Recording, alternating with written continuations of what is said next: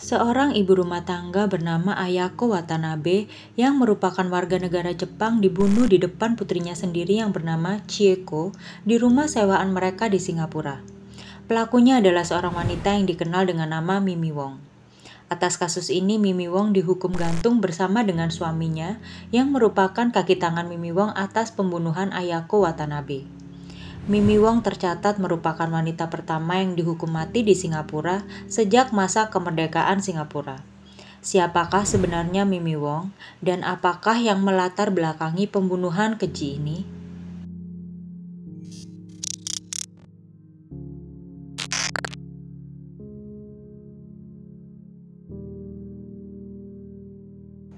Mempunyai nama lengkap Wong Wei-shu atau yang lebih dikenal dengan nama Mimi Wong.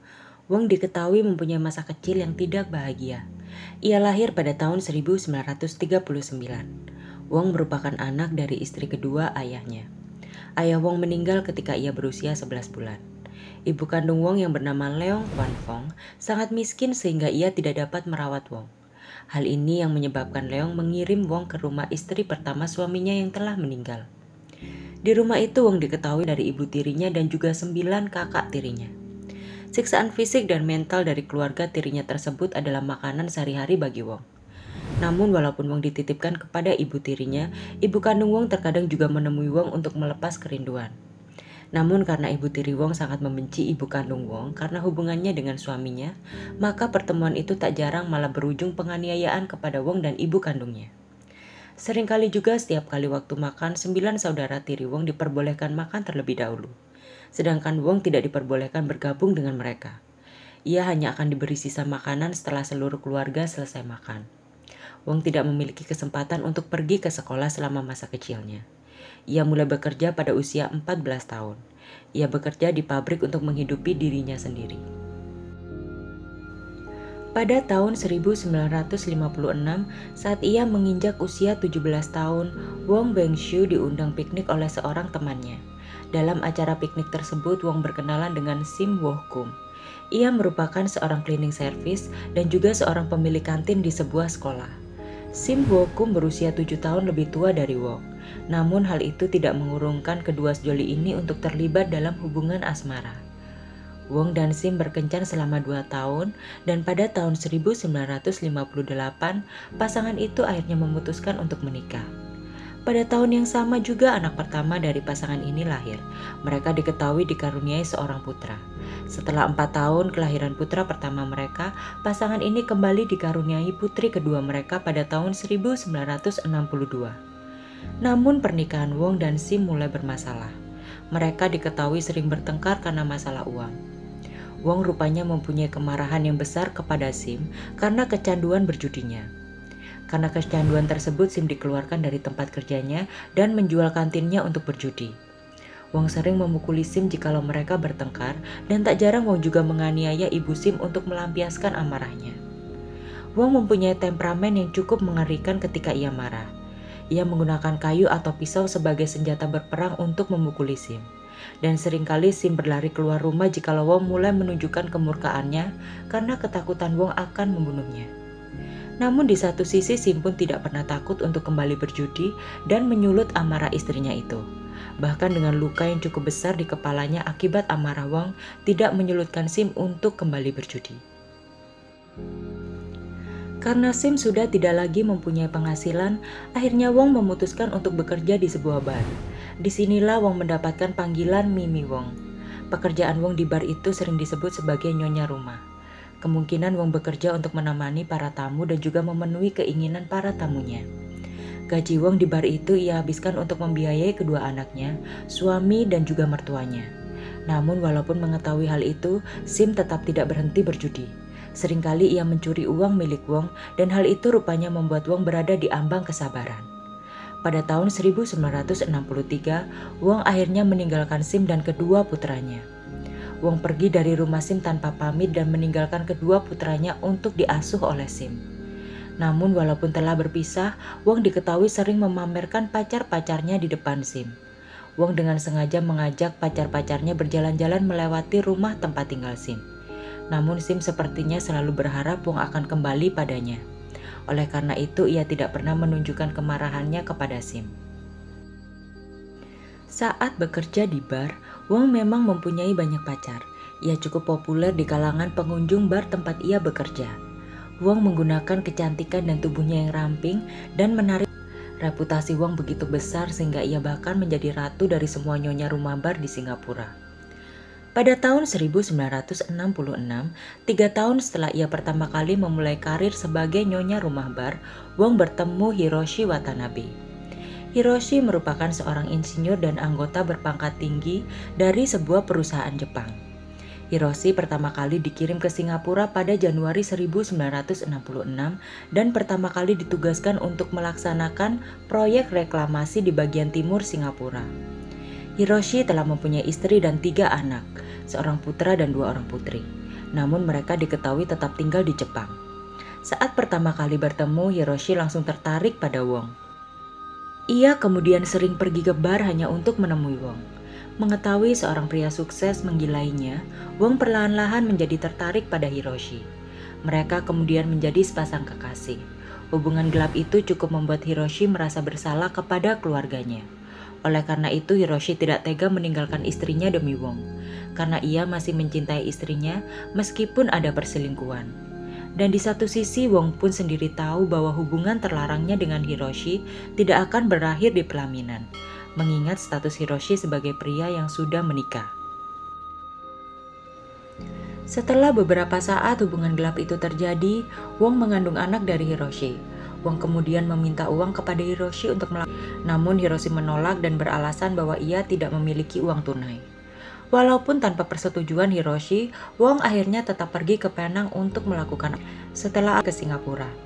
Ia pun tetap menjalin cinta dengan Hiroshi. 2 tahun setelah itu, pada tahun 1968, Wong bertemu dengan seorang pengusaha kaya raya dari Hong Kong. Tak lama pengusaha itu pun jatuh dalam pesona seorang Mimi Wong dan akhirnya mereka menjalin cinta. Wong kemudian meninggalkan Hiroshi dan tinggal bersama dengan sang pengusaha di Hong Kong. Meskipun demikian, ia terus berkomunikasi dengan Hiroshi yang masih tinggal di Singapura. Jarak tidak menggugurkan hubungan mereka. Wong dan Hiroshi sering berkirim surat cinta. Namun hubungan Wong dengan pengusaha itu tidak berlangsung lama. Karena ketika pria itu mengetahui bahwa Wong mengandung anaknya, ia mengusirnya dari rumahnya. Kali ini Wong tidak punya. Dan pada tahun 1969, setelah ia kembali ke Singapura, ia melahirkan seorang putri. Setelah kepulangan Wong ke Singapura, Hiroshi terus mengunjungi Wong, yang secara resmi menjadi kekasihnya. Untuk setiap bulan, Hiroshi memberinya $200 Singapura dari penghasilannya untuk menghidupi Wong dan putrinya. Hiroshi kemudian menyewakan kamar di Alexandra Road untuk Wong.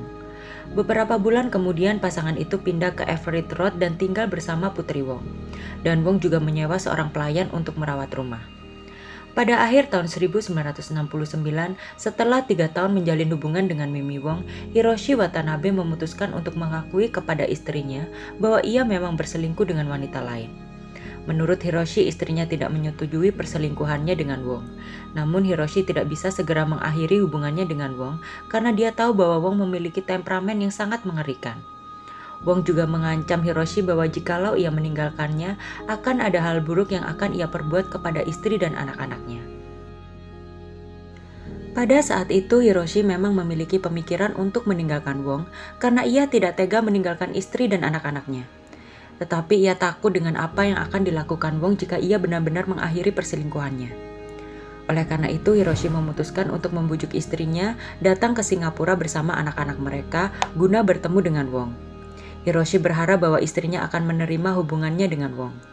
Ketika ia mendapat kabar bahwa istri Hiroshi akan datang ke Singapura dengan ketiga anaknya, Wong sangat marah dan sempat memukuli Hiroshi sebagai pelampiasan. Namun lambat laun setelah beberapa waktu, Hiroshi akhirnya berhasil membujuk Wong untuk bertemu dengan istri dan anak-anaknya. Pada tanggal 23 Desember 1969, istri Hiroshi, Ayako Watanabe, dan ketiga anaknya tiba di Singapura. Hiroshi membawa keluarganya ke Everett Road di mana mereka pertama kali bertemu Wong dan putrinya. Meskipun menyambut keluarga itu ke dalam rumah dan memperlakukan mereka dengan baik, Wong menggeliat dalam kecemburuan di balik topeng kebaikan dan kesopanan ini. Selanjutnya, keluarga Hiroshi Watanabe tinggal di rumah kontrakan di Jalan Shivyu. Terlepas dari kebencian dan kecemburuannya, Wong mencoba yang terbaik untuk bersikap baik terhadap keluarga Hiroshi. Dan bahkan menawarkan permen kepada 3 anak Hiroshi yang memanggilnya Obasan, yang berarti bibi dalam bahasa Jepang. Faktanya ketika ia melihat sikap Hiroshi yang penuh kasih dan hangat dengan istri dan anak-anaknya, ia tidak bisa memaksa dirinya untuk melakukan apapun untuk menghancurkan keluarga Hiroshi, walaupun ia sangat cemburu. Namun pada malam tahun baru setelah pesta, Hiroshi menemui Wong dalam keadaan mabuk. Karena terlalu banyak alkohol selama percakapan mabuknya dengan Wong, ia diduga mengatakan bahwa istrinya menyebut Wong sebagai pelacur. Ini sangat menyinggung perasaan Wong. Dikombinasikan dengan kecemburuannya sebelumnya, Wong tidak dapat lagi menahan emosinya. Dalam emosi yang memuncak tersebut, Wong mempunyai rencana yang mengerikan. Paginya, Wong menemui suaminya Sim Woo-gum. Ia memberitahu Sim tentang rencananya untuk membunuh Ayako. Wong bahkan menawarkan uang kepada Sim jika dia bisa membantunya melakukan pekerjaan itu. Terlepas dari keraguannya sendiri tentang melakukan pembunuhan, Sim memutuskan untuk menerima tawaran itu. Karena ia masih mencintai Wong dan ia menghadapi masalah keuangan yang besar karena merawat ibu dan 2 putranya seorang diri. Pada 6 Januari 1970, Wong dan Hiroshi makan malam bersama di rumah Everett Road mereka. Wong bertanya pada Hiroshi, apakah ia bisa menghabiskan malam bersamanya. Namun Hiroshi menolak.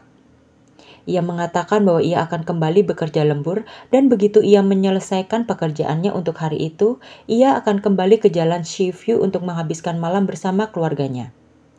Setelah mendengar ini, Wong menyadari ini adalah kesempatan bagus baginya untuk menemui Ayako. Wong dan Sim kemudian pergi bersama ke rumah jalan Shivyu tempat keluarga Watanabe bermalam. Wong membawa sepasang sarung tangan dan sebilah pisau, sementara Sim mengambil kaleng setengah berisi cairan pembersih toilet untuk berpura-pura menjadi pembersih toilet yang datang untuk membersihkan rumah. Ketika Ayako melihat Wong dan Sim, ia bertanya pada Wong apa yang mereka inginkan. Wong kemudian mengatakan bahwa ia membawa seorang petugas kebersihan untuk memperbaiki baskom toilet yang rusak. Mendengar alasan Wong tersebut, Ayako mempersilahkan Wong dan Sim untuk masuk ke kediamannya.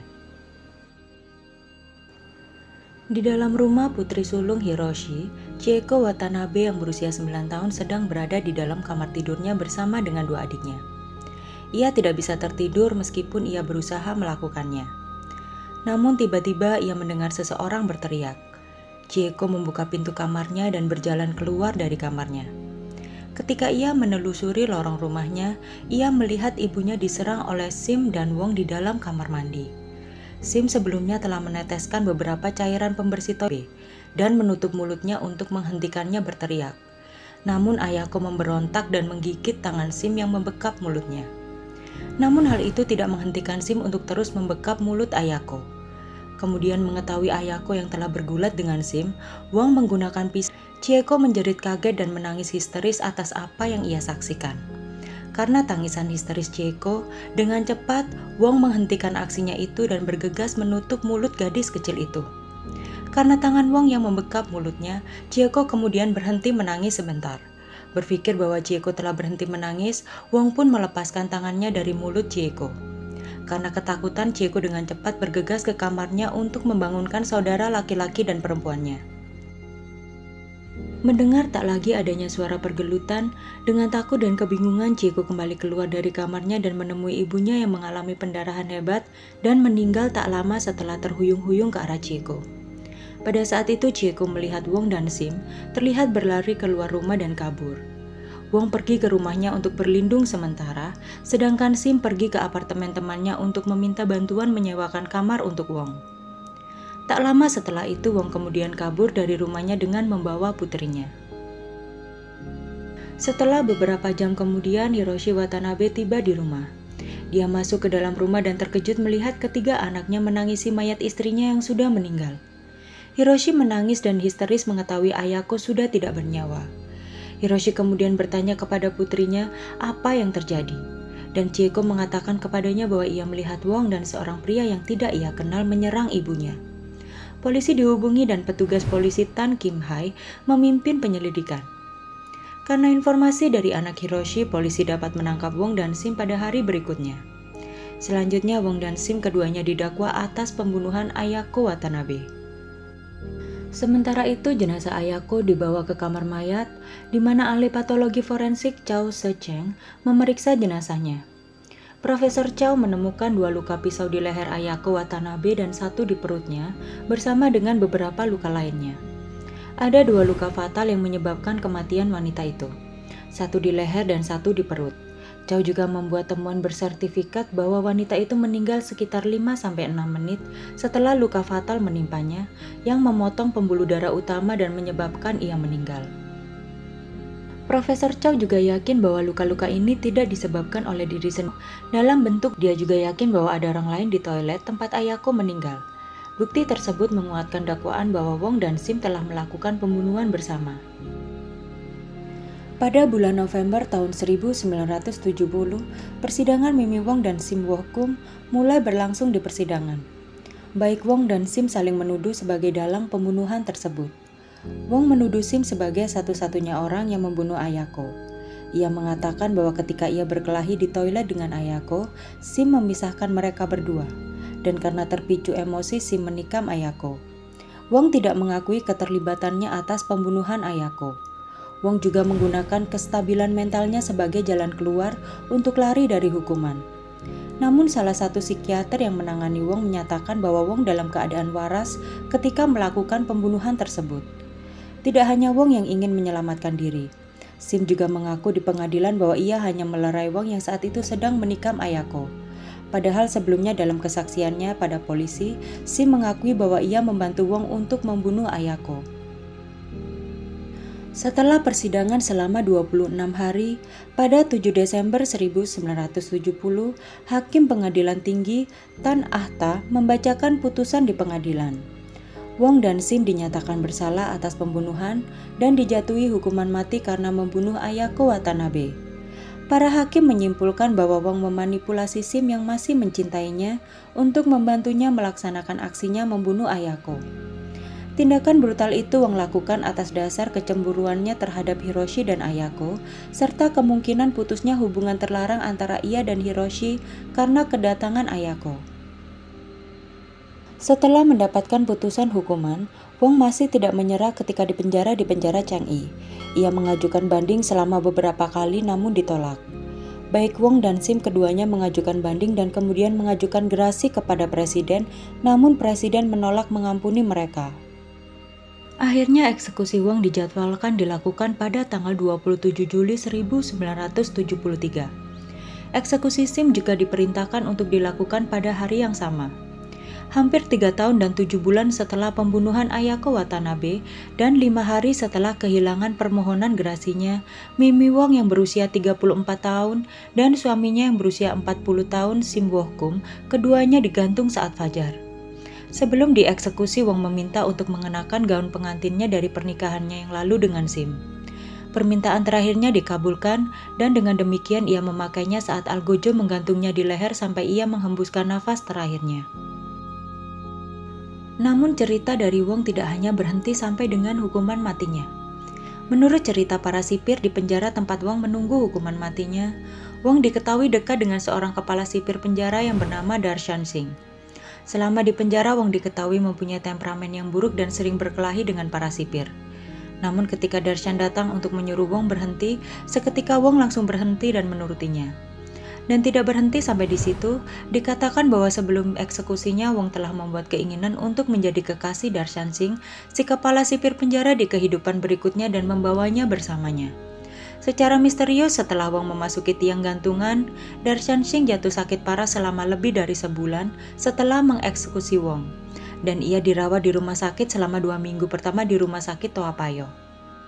Setelah eksekusinya, Wong dimakamkan berdampingan dengan Sim. Putri Wong yang saat itu berusia 4 tahun meletakkan bunga di makamnya, dengan catatan berisi pesan untuk ibuku tercinta. Kedua putra pasangan Wong dan Sim dirawat oleh organisasi kesejahteraan sosial, sementara ibu Sim dirawat di panti jompo. Sampai di sini dulu cerita kita kali ini. Sampai jumpa di cerita selanjutnya. Stay tune!